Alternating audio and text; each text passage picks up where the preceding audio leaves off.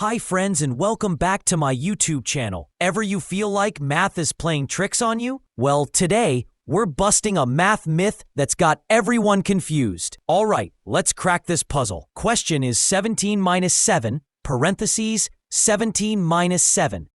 Here is twist. The answer isn't what you think. It's not 100. Let's start it with solution. By following PEMDAS rule, parenthesis has higher priority than subtraction. Here we do first inside the parentheses. And inside this parenthesis, 17 minus 7, which equals to 10. Now we've got 17 minus 7 times 10. Math is cake and you have to eat it gradually.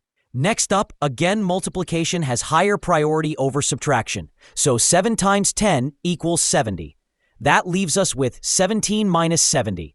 And finally, 17 minus 70 equals negative 53. Its final answer. So, the correct answer to 17 minus 7, parenthesis 17 minus 7, is negative 53.